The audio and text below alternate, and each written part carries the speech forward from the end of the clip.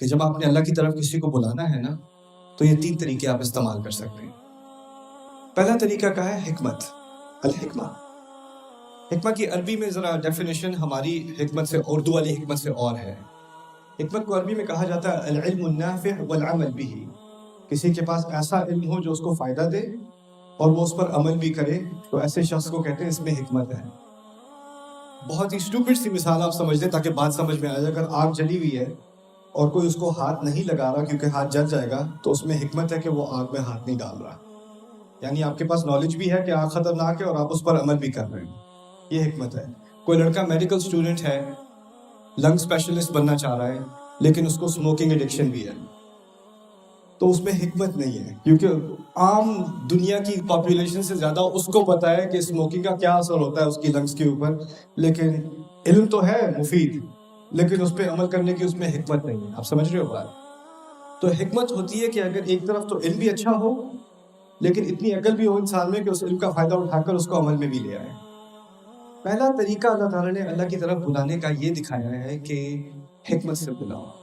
اس کا مطلب یہ ہے کہ اگر میں ایسا بن جاؤں کہ مجھے کوئی اچھی چیز سیکھنے کو ملی، میں اچھی کوئی چیز جانتا ہوں لیکن میں اس کو اپلائی بھی کر رہا ہوں، تو جب میں اپلائی کر رہا ہوتا ہوں نا تو میں بولوں یا نہ بولوں میرے عمل میں حکمت ہے، میرے کردار میں حکمت ہے، میرے بولنے کے طریقے میں حکمت ہے. جیسے میں بزنس کر رہا ہوں اس میں حکمت ہے. اس کی میں ایک عظیم آپ کو مثال دیتا ہوں. ایک عالم ہے امریکہ میں، وہ پہلے عیسائی تھے پھر مسلمان ہوئے، پھر جا کے انہوں نے سعودیہ میں، جارڈن میں، سیریا میں اور جگہ کئی مقامات پر جا کر انہوں نے تعلیم حاصل کی. جمال زربوزو ان کا نام ہے. وہ اپنے ایک واقعہ بتاتے ہیں کہ مسلمان ہونے سے پہلے وہ ایک دکان میں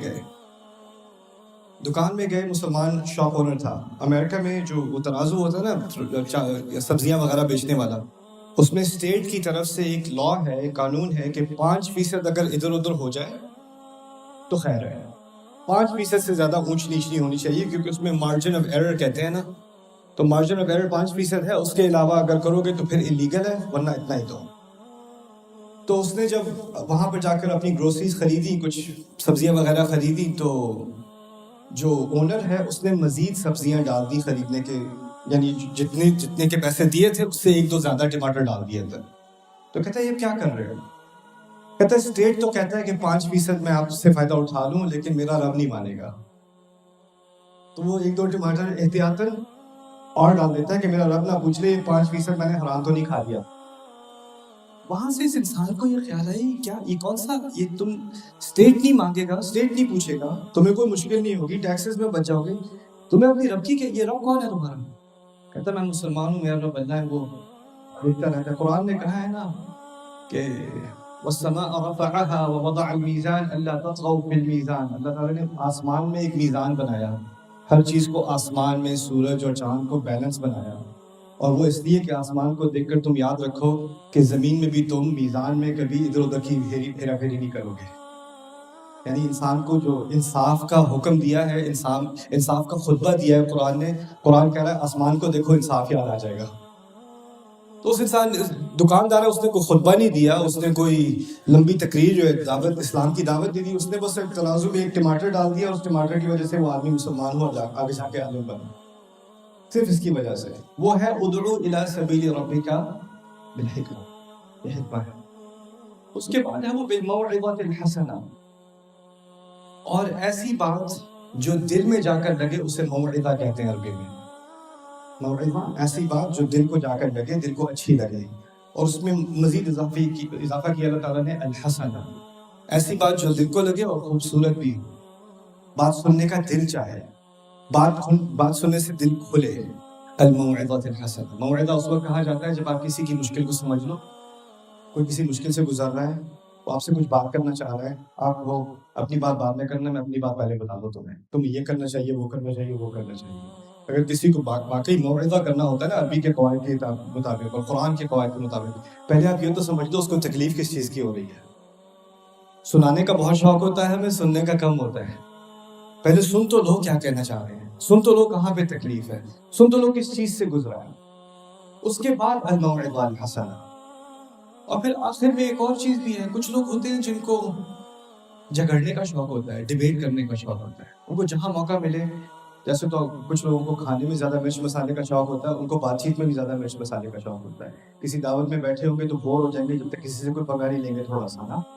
تو کچھ ایسے لوگ ہوتے ہیں آپ کے گھروں میں ہوں گے، آپ کی فیملیز میں ہوں گے، آپ کے دوستوں میں ہوں گے، خاص کر اسلام کے بارے میں، یار یہ جو بات ہے یہ مجھے کچھ سمجھ نہیں آ رہی، کیا ہے اس کی کوئی تک نہیں بنتی. اور اس نے وہی بات 10 سال سے وہ وہی بات کر رہا ہے کیونکہ اسے پتا ہے اس سے بڑے مزے کی بات میں مسالے دار ڈیبیٹ ہوتی ہے. اس کو حل نہیں چاہیے، اس کو انٹرٹینمنٹ چاہیے. تو ایسے لوگ بھی ہوتے ہیں جن کو بس آرگیومنٹ کرنے کا شوق ہوتا ہے. وہ آپ کو گھمائے جائیں گے، آپ سمجھ رہے ہو اللہ کی بات کر رہے ہو، اس کی انٹرٹینمنٹ ہو رہی ہے. ایسے لوگوں کے بارے میں اللہ تعالیٰ نے کہہ دیا وَجَادِلْهُمْ بِالَّتِي هِيَ أَحْسَنُ. ان کو جواب تو دیا کرو لیکن زیادہ خوبصورت طریقے سے. یعنی ان کے ٹریپ میں نہ پھنسا کرو، سمجھ جایا کرو کہ کیا کھیل کھیلا جا رہا ہے اور اس کا جواب زیادہ خوبصورت، زیادہ عقل مند طریقے سے دیا کرو. وَجَادِلْهُمْ بِالَّتِي هِيَ أَحْسَنُ. اب آخری اس آیت کا حصہ إِنَّ رَبَّكَ هُوَ أَعْلَمُ بِمَنْ ضَلَّ عَنْ سَبِيلِهِ وَهُوَ أَعْلَمُ بِالْمُهْتَدِينَ. بہت ہی عظیم الفاظ ہیں اور بہت آسانی سے انسان ان کو بھول جاتا ہے. یہاں تک کہ جو قرآن کی طرف یا اللہ کی طرف دعوت بھی دے رہا ہوتا ہے نا، لوگوں کو اللہ کی طرف پکار بھی رہا ہوتا ہے، وہ یہ بات بھول جاتا ہے. اللہ کہتے ہیں تیرا رب وہی اکیلا ہے جو جانتا ہے کہ کون اس کی راہ سے ہٹا ہوا ہے، اور وہی اصل میں جانتا ہے کہ ہدایت پر کون لوگ ہیں. وہی اصل میں جانتا ہے. میں کیا دیکھتا ہوں، میں کسی کو دیکھتا ہوں کہ وہ میری طرح سے نماز نہیں پڑھتا، میری طرح سے اس کا لباس نہیں ہے، میری طرح سے اس کی عادتیں نہیں ہیں، میری جو اسلام کی انڈرسٹینڈنگ ہے، جو جہاں تک میں سمجھا اس کی انڈرسٹینڈنگ وہ نہیں ہے. تو میرے نزدیک میں ہدایت پر ہوں اور وہ گمراہ ہے. میرا رب مجھے بتا رہا ہے صاف صاف، تم نہیں جانتے کون ہدایت پر ہے اور کون صحیح راستے پر. میں اپنے علم کی بنیاد پر حق کی تلاش میں جہاں تک میں پہنچا ہوں وہ تو میں پہنچا ہوں، لیکن میری اس ہدایت، جس ہدایت پر میں ہوں، اس کی اصل حیثیت کیا ہے اللہ کے ہاں، کتنا قابل قبول ہے، وہ میرا رب جانتا ہے، میں نہیں جانتا. میں جہاں تک میں بڑا عالم بھی بن جاؤں، اسپیکر بھی بن جاؤں، میرے منہ پہ مائک لگاؤ، سارے سن رہے ہو، اس کا مطلب یہ نہیں ہے کہ مجھے زیادہ پتہ ہے، میں ہدایت پر زیادہ ہوں، آپ ہدایت پر کم ہو. میرا رب ہی جانتا ہے ہدایت پہ زیادہ کون ہے. اور میرا رب یہ بھی جانتا ہے کہ کوئی ہندو بھی ہو، کوئی بدھسٹ بھی ہو، کوئی ایتھیسٹ بھی ہو، کہ اس کے دل میں جو ہدایت کا بیج اللہ نے ڈالا ہوا ہے، جو بعد میں جا کے اگے گا، اس کو میرا رب بہتر جانتا ہے، میں نہیں جانتا. میں اپنے مقام پہ کھڑا ہو کے باہر سے لوگوں کو دیکھ کے کہوں یہ گمراہی پر ہے، یہ بھی گمراہی پر ہے، یہ بھی گمراہی پر ہے، یہ بھی گمراہی پر ہے، تو مجھے آسانی سے جج کرنے کا شوق ہوتا ہے. اور پھر مجھے یہ ہوتا ہے کہ چلو اللہ کا شکر ہے میں تو ہدایت پر ہوں، باقی سب گمراہی پر ہے. تو ایک عجیب سا کانفیڈنس ہے، خود اعتمادی ہے کہ ہدایت پہ میں ہوں، باقی سب گمراہی پر ہے. اللہ تعالیٰ کہہ رہے ہیں آخر میں آپ بھی ہدایت کے طلبگار ہو جیسے باقی سب ہیں. اگر کل تک یا پچھلے گھنٹے تک، پچھلے 5 منٹ تک میں ہدایت پر تھا، اس کی کوئی گارنٹی نہیں ابھی میں ہدایت پر ہوں. ہمارے نبی سے بھی صلی اللہ علیہ وسلم مطالبہ کیا گیا ہے کہ کتنی دفعہ ہر کچھ لمحوں بعد نماز میں کھڑے ہو کے اہدنا الصراط المستقیم، اہدنا الصراط المستقیم، ہدایت دیجیے، ہدایت دیجیے، ہدایت دیجیے. ہدایت طلب اس چیز کی جاتی ہے، مانگی وہ چیز جاتی ہے جو آپ کی ملکیت نہیں ہوتی، اس کو آپ اون نہیں کر سکتے. تو جب ہمیں نماز میں سکھایا گیا نا بار بار ہدایت مانگنے کا، اس کا مطلب ہے ہم میں سے کوئی بھی ہدایت کا مالک نہیں ہے.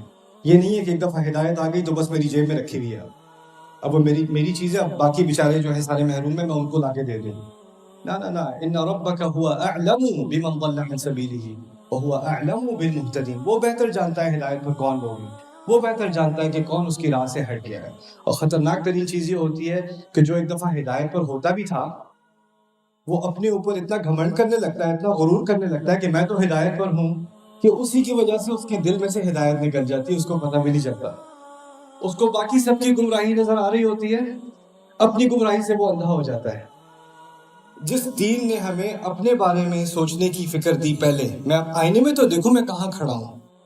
اگر اس دین کے ذریعے میں بس باقیوں کو تو دیکھتا رہوں، باقیوں پہ تبصرہ کرتا رہوں، باقیوں پہ میں تنقید کرتا رہوں، اپنے آپ سے اندھا ہو جاؤں، تو پھر یہی سب سے بڑی ٹریجڈی ہے. ان ربک هو اعلم بمن ضل عن سبیلہ وهو اعلم بالمهتدین. اللہ تعالیٰ ہمیں اس عظیم آیت کی حکمت کو اپنی زندگی میں لانے کی توفیق دے، اور ہمارے گھر والوں کو، ہمارے احباب کو ایسی حکمتیں جو ہیں ہم ایک دوسرے سے محبت سے شیئر کر سکیں، تاکہ قرآن کا نور آپ کی زندگی میں بھی آئے، آپ کے ارد گرد کے لوگوں کی زندگی میں بھی آئے. بارک اللہ لی ولکم فی القرآن الحکیم ونفعنی وإیاکم بالآیات والذکر الحکیم.